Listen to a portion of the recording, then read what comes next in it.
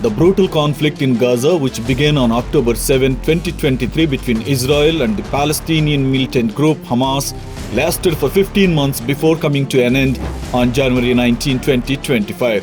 The ceasefire agreement brokered by the United States, Egypt and Qatar marked the conclusion of this devastating war.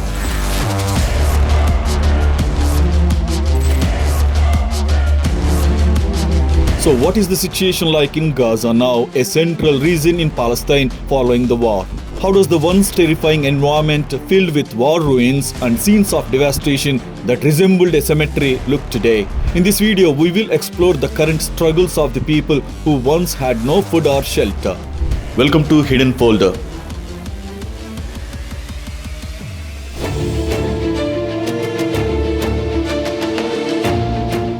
Gaza is a major city in Palestine and the region's only port, situated 76.6 kilometers from Jerusalem, Israel's Christian spiritual center.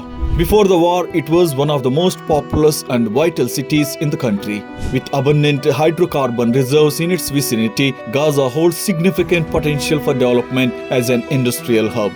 On October 7, 2023, Hamas militants from Palestine launched an attack on Israel, calling it Operation Al-Aqsa Storm. Israeli civilians suffered extreme violence, including killings, rapes, assaults, and kidnappings. At a music festival near Gaza border in southern Israel, at least 260 people were massacred. Palestinian militants kidnapped around 150 Israeli civilians and soldiers, including children and the elderly, taking them hostage to the Gaza Strip.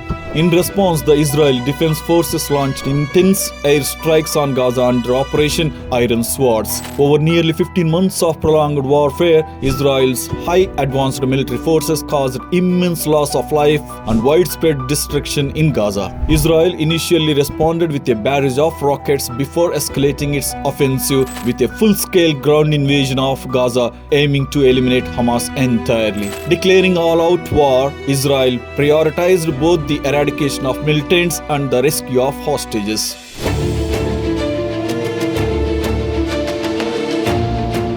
An Israeli airstrike on a school in Gaza killed 33 people, including 14 children and 9 women. The school was operated by the United Nations Relief and Works Agency, which provides support to Palestinian refugees. Amid the Gaza conflict, both Israel and Hamas were accused of violating children's rights, prompting the United Nations to add them to its list of shame.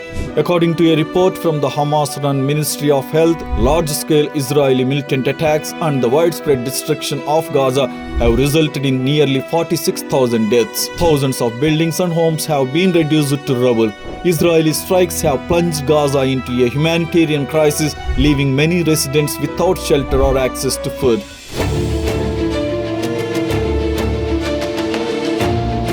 With mediation from the United States, Egypt and Qatar, both parties reached an agreement on January 19, 2025 for a ceasefire and the release of hostages. On this occasion, former US President Joe Biden stated that the agreement would end the ongoing conflict in Gaza, provide essential humanitarian aid to Palestinian civilians, and reunite hostages with their families. As part of the agreement, Hamas initially released 3 female hostages, Romy Gonen, Emily Damari, and Doran Steinbrecher, handing them over to the Red Cross in Gaza City. The Red Cross then transferred them to the Israeli military, after which Israel announced the release of 90 Palestinian prisoners in exchange. Fir Bibas was only 9 months old when he was taken hostage. During his captivity, he spent 2 birthdays in confinement before finally being reunited with his family as part of the agreement.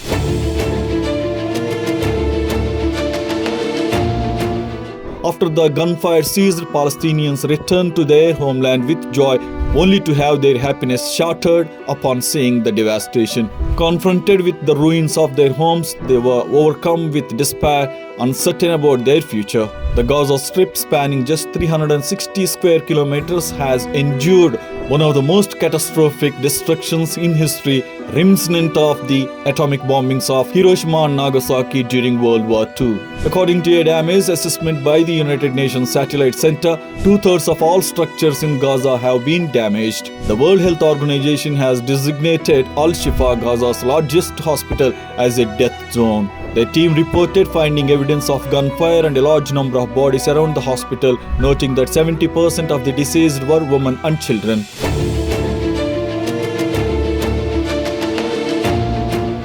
According to the United Nations, nearly 1.7 million people have been displaced. The World Food Programme has raised serious concerns, stating that the war has led to severe shortages of food, fuel, medicine, clean water, and other essential supplies. Conditions have worsened to the extent that people are struggling to find even basic sustenance. Immediate economic and social measures are essential to provide food, restore housing, and support the affected communities in rebuilding their lives.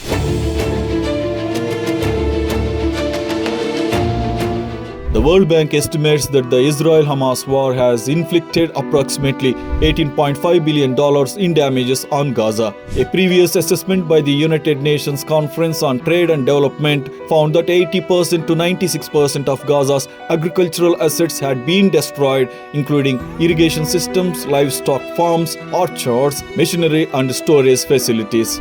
The cost of rebuilding Gaza is expected to be enormous. The United Nations Development Programme Arab States Regional Bureau estimates the total reconstruction cost to exceed $80 billion, 14 times Gaza's total GDP in 2024. According to the UN Mine Action Service, an estimated 7,500 tons of unexploded ordnance are scattered across Gaza, and clearing them could take up to 14 years. The United Nations Endowment Programme UNEP estimates that 42 million tons of debris remain, 14 times the amount left by all wars in the past 16 years.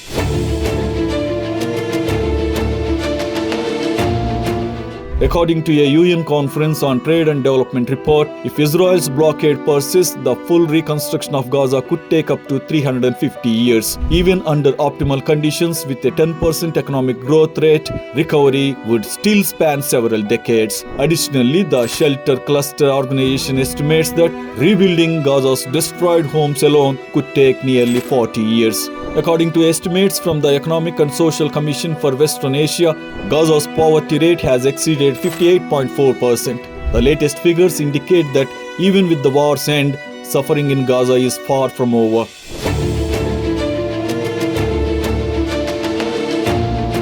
The United Nations Relief and Works Agency for Palestine Refugees, a UN-affiliated organization, provides vital food and shelter to Palestinian refugees affected by the war.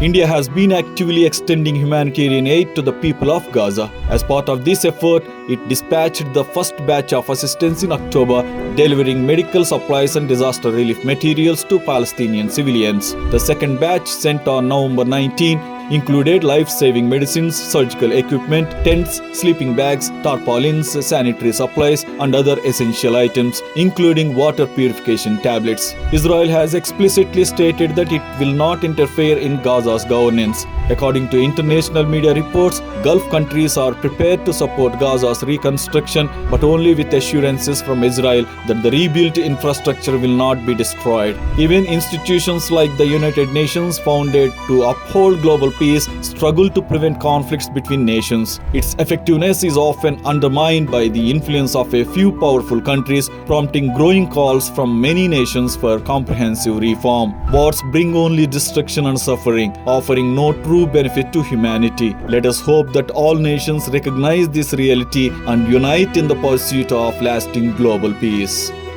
For more such videos, please subscribe Hidden Folder YouTube channel.